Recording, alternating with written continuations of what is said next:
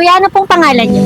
Mikoy, Armando Palma. Lulu. Christine. Zian, Johnson Francis, Mary Jane. Titan po. Kuya Mikoy, naniniwala ka ba na di kayang bilhin ng pera ang kaligayahan or happiness? Hindi ako naniniwala, pero syempre, pera kasi kailangan yan eh. Kaming sasaya dyan, kami ring happiness na hindi Sa nakukuha pera. sa pera. Yes po. Talaga. I believe. I believe na hindi po talaga nabibili ng pera yung kasiyahan. Happy is no money can't buy happiness. Naniniwala.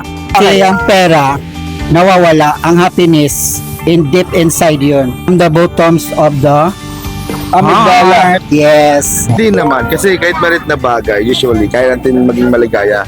Kasi nung mga bata nga lang tayo, di ba, malit na bagay, masaya na tayo. What more pa kaya itong paglaki natin? Naniniwala ka ba na hindi kayang bilhin ng pera ang kasiyahan ng tao? Oo naman. Naniniwala ka ba, kuya, na hindi kayang bilhin ng pera ang happiness or kaligayahan? Oo. Bakit? Kasiyahan, hindi talaga mabibili ng pera kasi ang kasiyahan, ma'am, ay ano, ang tawag, basta hindi mabibili ng pera. Okay, pwede na yan, kuya. Hindi kaya bilhin. Dito kasi, Bakit bilhin mo? hindi ko alam sa Yeah.